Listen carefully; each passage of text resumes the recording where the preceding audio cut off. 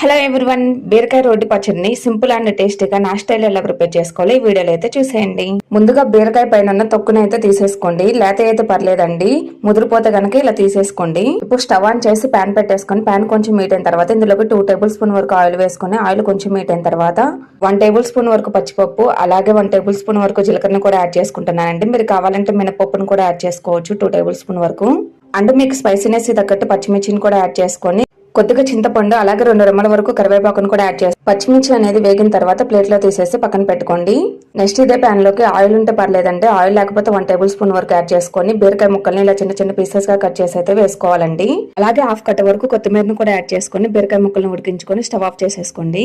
So ఇప్పుడు neat గా clean చేసుకున్న రోడ్ని తీసుకొని ఇందులోకి ముందుగా వేయించి పెట్టుకున్న పచ్చిమిర్చి, చింతపండును కూడా యాడ్ చేసుకొని టేస్ట్ తగ్గట్టు సాల్ట్ ను కూడా యాడ్ చేసుకోండి. అలాగే 3 నుండి 4 ఉల్లిపాయ రెబ్బలను కూడా యాడ్ చేసేసుకొని పచ్చిమిర్చిని మెత్తగా దంచేసుకోవాలండి.